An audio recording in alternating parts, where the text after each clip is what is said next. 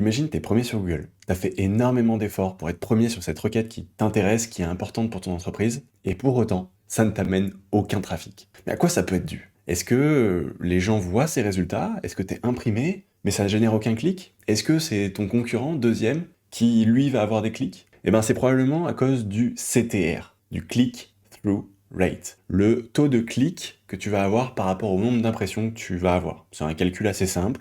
Combien de fois t'es montré et combien de fois c'est cliqué, et ça te donne ton CTR. Ce CTR te permet de savoir justement quel est l'intérêt que les visiteurs vont avoir pour ton résultat de recherche dans Google, et c'est ce qui nous intéresse aujourd'hui. Alors, si c'est pas déjà fait, abonne-toi à la vidéo et je t'explique tout ça en détail. Alors concrètement, le CTR, dont on a parlé juste avant, c'est une mesure simple qui permet d'avoir le pourcentage d'internautes qui cliquent sur ton site internet après l'avoir vu dans Google. Plus il est élevé, plus Google va comprendre que ton site internet est pertinent pour cette requête en particulier, et peut donc potentiellement booster ton ranking, ton positionnement. Et à l'inverse, pourquoi il s'en soucierait Google? C'est parce que si ton CTR est bas, Google pense que ta page n'intéresse pas les visiteurs qui viennent de faire leurs recherches, et donc tu as un risque de baisser en position. Parce que pourquoi Google mettrait ton résultat en premier si la majorité des gens vont cliquer sur le deuxième? Au contraire, si ton CTR est plus élevé que tes concurrents, l'idée ça va être que Google pense que ton résultat est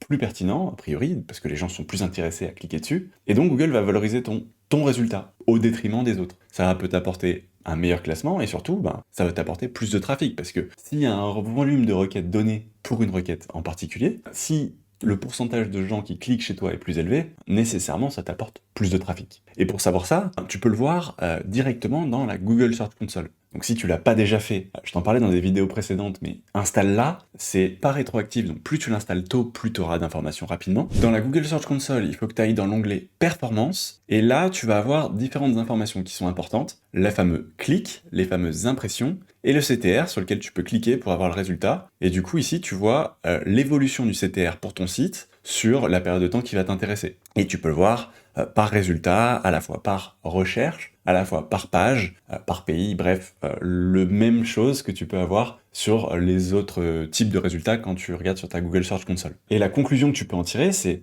si tu as beaucoup d'impressions mais peu de clics et un faible CTR, est-ce que c'est une requête qui ne demande pas de cliquer, une requête où potentiellement l'utilisateur va avoir sa réponse directement dans Google, ou alors au contraire, est-ce qu'il y a un problème sur la présentation de ta page dans les résultats de recherche? Et c'est ça qu'on va voir ensemble aujourd'hui pour savoir justement si tu dois améliorer ton CTR, quelles sont les erreurs qu'il faut éviter, et comment tu peux faire pour booster ton CTR et donc booster ton trafic sur ton site internet en SEO facilement. Alors première question, mais c'est pourquoi ton CTR est-il aussi bas? On va voir plusieurs erreurs, et la première, c'est que ton titre n'est peut-être pas attirant.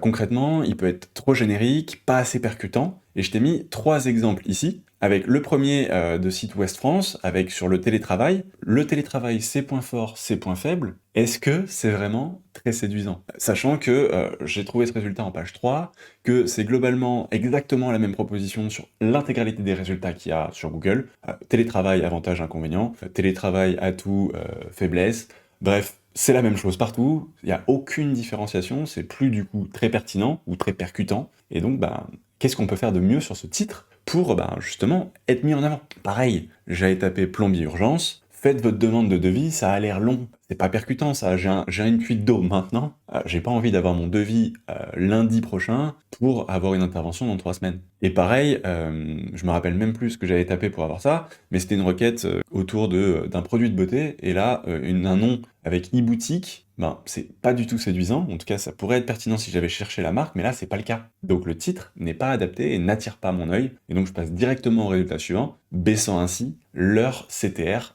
pour ces résultats-là. Pareil, dans les résultats de Google, il y a 2 choses, le titre, la description, en tout cas, ce sont les 2 grands principaux éléments, et là, s'il n'y a pas de promesse, s'il n'y a pas de CTA, dans la description, pareil, ça incite pas à cliquer, ou ça attire pas l'œil, ça incite pas à cliquer. Là, on voit, par exemple, le prix d'une haie, les haies fleuries offrent très souvent une odeur pouvant être forte et allergénique,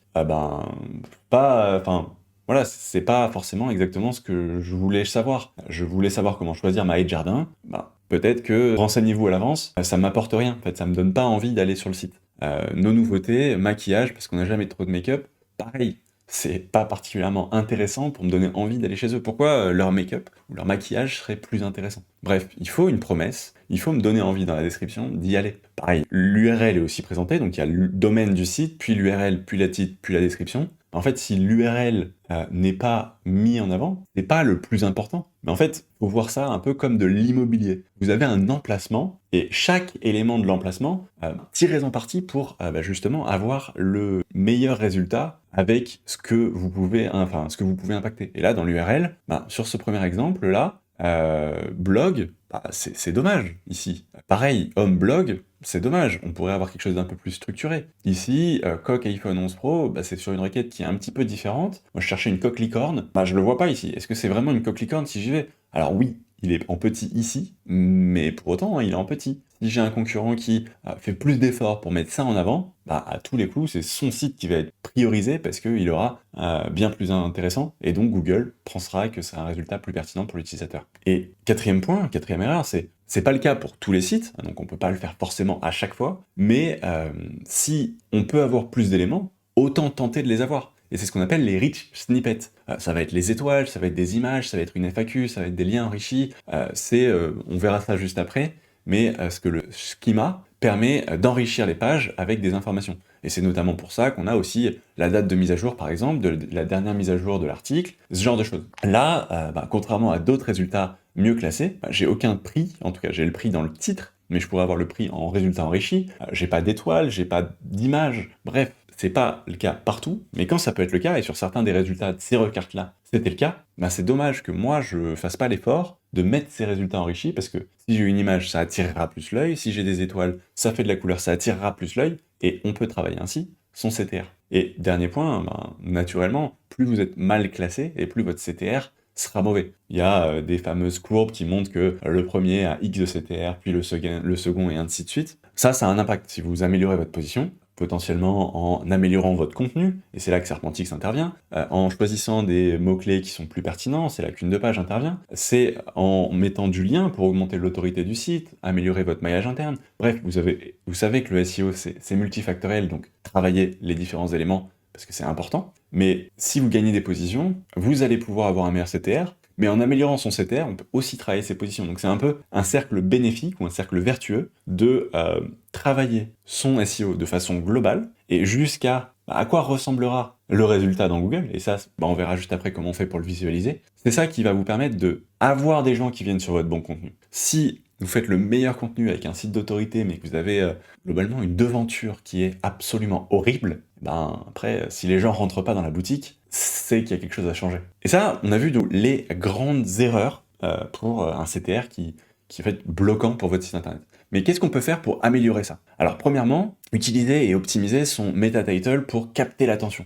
Le pendant de ce qu'on voyait tout à l'heure, c'est comment on peut faire pour justement que les gens aient envie de cliquer là-dessus. Donc sur mon titre, ici, votre plombier à Lyon en 30 minutes, plombier urgence, c'est parfait. Après, dans leur cas, j'ai pas forcément besoin que la personne vienne sur mon site internet, s'il m'appelle, c'est très bien. Donc je mets mon numéro ici. Après, j'ai comment débroussailler un terrain envahi de ronces, si c'est mon problème, c'est ultra pertinent. Et pour ça, l'idée, ça va être inciter d'utiliser des mots forts qui répondent bien aux problèmes que l'utilisateur est en train de chercher, inclure des chiffres, poser des questions, utiliser des emojis.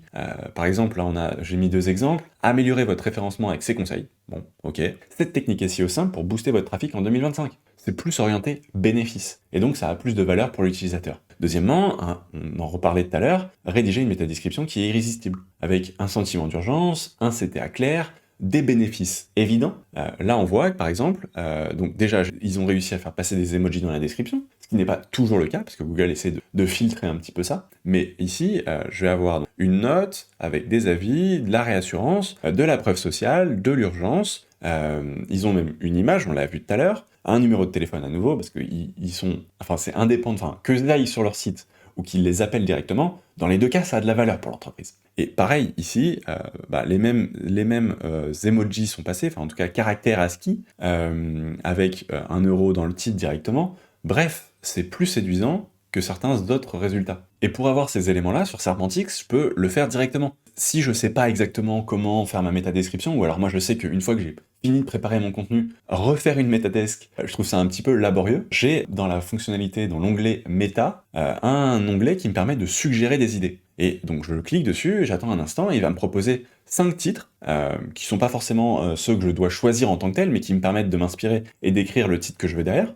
Ou alors, s'il y en a un qui me plaît, peut-être recette de cookies facile et rapide, pépites chocolat gourmande. Ça, je trouve ça assez intéressant. Elle dépasse légèrement, donc il faudrait que je l'améliore un petit peu pour avoir un truc un petit peu plus court. Mais je pourrais parfaitement en prendre une autre, hein, si je veux prendre quelque chose d'un peu plus court, hop, en lui demandant de me suggérer les idées. Il va me proposer différents éléments.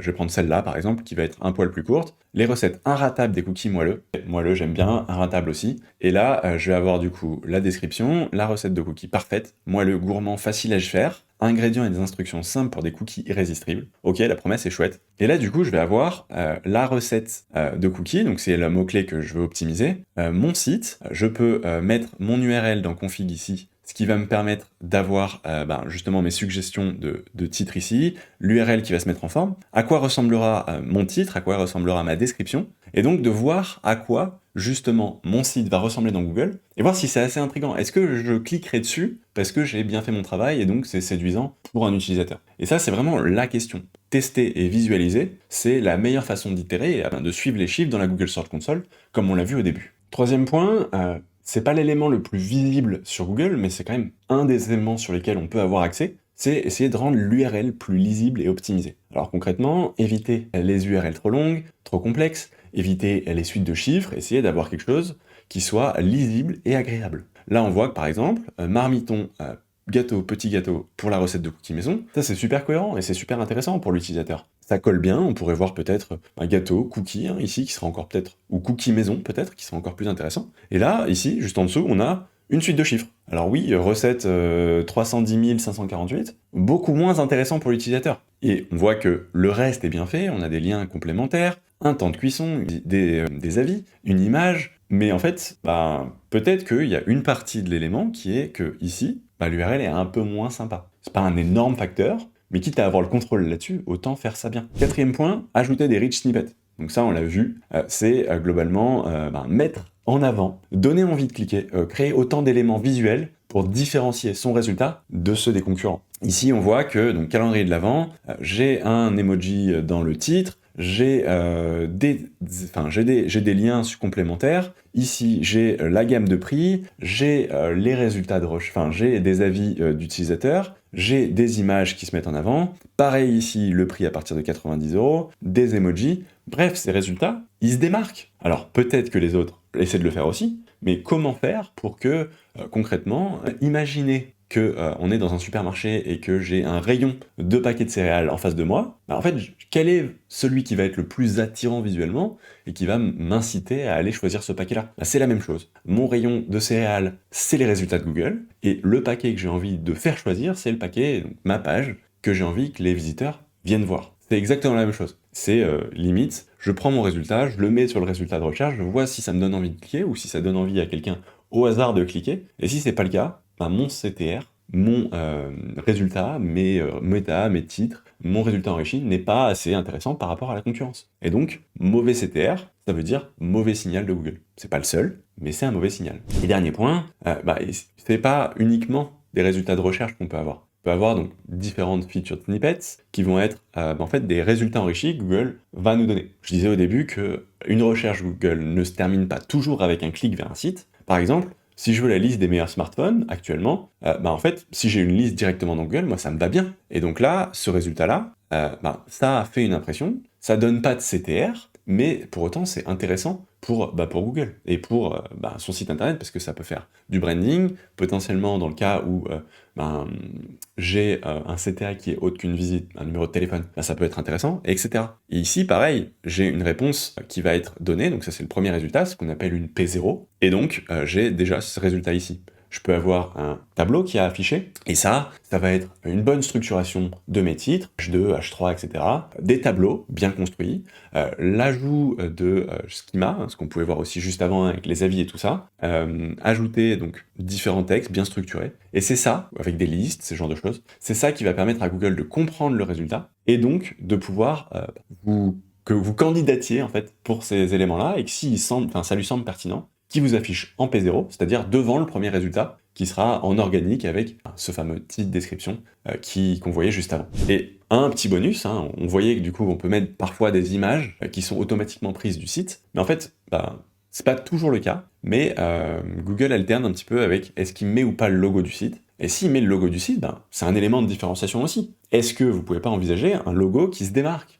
Si tous vos concurrents sont verts tout doux comme ça, alors oui, sur l'élément des « et », c'est peut-être pertinent, mais est-ce que quelque chose de orange ou de rouge flashy pourrait pas être un petit pourcentage supplémentaire d'attirance visuelle qui donne envie justement aux visiteurs de venir sur le site? Pareil ici, peut-être que celui-là est un peu plus attirant que celui-là. Et ça va être aussi une question de marque. Si c'est un logo qui est connu, ça aura plus d'intérêt que si c'est une marque anonyme. Bref, ce petit élément-là peut aussi être un élément complémentaire. Et concrètement, ça va être visualiser et tester. Vous l'avez vu sur Serpentix, vous pouvez du coup vous inspirer, avoir des suggestions, mais vous pouvez surtout les taper et voir exactement et en temps réel à quoi ça ressemblera sur Google. Est-ce que, comme il est actuellement, comme vous l'avez, est-ce que c'est suffisamment séduisant pour Google? Est-ce que c'est suffisamment séduisant pour, si l'utilisateur a le choix entre 3 résultats, c'est le vôtre qui choisisse? Pas forcément. Et donc, si c'est pas le cas, améliorez-le, testez, suivez-le. Suivez les résultats dans la Search Console pour la page donnée, pour la requête donnée. Est-ce que votre CTR, sur cette période-là, est meilleur ou moins bon que sur cette période-là où vous avez fait votre changement? Documentez-le. Ok, j'ai fait ce changement-là. C'était tel title de telle date à telle date. J'ai mis ce title de telle date à telle date. Et faites un point dans 2 semaines. Pour un bon A/B testing, il faudrait faire en même temps. Mais ça, malheureusement, c'est pas possible. En tout cas, pas avec du SEO. Donc, il faut essayer d'envisager sur des périodes données de faire vos tests comme ça et de bien le structurer. On a fait un tour de ce qu'il faut éviter sur votre CTR et ce que vous pouvez faire pour l'améliorer. Concrètement, Serpentix va vous aider. C'est gratuit, vous pouvez le tester dès aujourd'hui. Je mets le lien en description, c'est serpentix.com et vous aurez un guide, donc vous pouvez obtenir un contenu dès le premier mois et tous les mois, gratuitement. Donc si t'es pas déjà inscrit, va t'inscrire. Abonne-toi à la chaîne et mets un like et dis-moi comment tu fais toi pour travailler tes méta-descriptions, tes méta-titles et justement améliorer ton CTR. Et pour résumer globalement ce qu'on s'est dit, un bon CTR ça veut dire plus de trafic et un meilleur référencement, à la fois parce que ça va inciter le clic, donc ça peut améliorer la position, et à la fois parce que ça va du coup permettre d'inciter le clic dans la durée et donc d'avoir une position durable. Et donc ça, c'est important. Et ça ne veut pas dire que ton CTR, il est figé dans le temps. Dans Serpentix, tu vois qu'il y a une fonctionnalité d'actualisation, mais en fait, cette actualisation, elle va aussi t'aider à faire un point sur mettre à jour ton CTR, mettre à jour tes méta, pour garder une incitation sur la durée, même si tes concurrents essaient de te battre. Chaque jour, ils vont travailler pour avoir quelque chose d'un peu plus séduisant que toi, comme tu le fais. Et donc, l'idée, c'est de remettre à jour progressivement, faire un bilan et mettre à jour ses titres, sa description, etc. L'idée, c'est d'aller mettre à jour ses titres, ses descriptions avec des mots importants, des CTA, en fait, donner une vraie raison à l'utilisateur d'être attiré par votre résultat et d'avoir envie de cliquer. Donc, c'est faire une belle promesse, mais évidemment, derrière, regarder et répondre à cette promesse. Pas juste faire des promesses qui vont être déceptives derrière. Utilisez autant de possible des résultats enrichis, que ce soit en images, en avis, en liens complémentaires. Donc si vous êtes sur une home, vous pouvez avoir énormément de place. En fait. Et c'est vraiment comme dans l'immobilier. C'est prendre le maximum de place et avoir la devanture pour un magasin la plus intéressante pour attirer l'œil aux dépens de tous les autres magasins de la rue. On veut que tous les regards soient attirés vers la devanture de notre magasin, qui est la seule chose qu'on a en contrôle quand on va se positionner sur une requête donnée. Et évidemment, ça va être suivre et monitorer. Pour pouvoir améliorer, il faut savoir, il faut connaître. Et donc,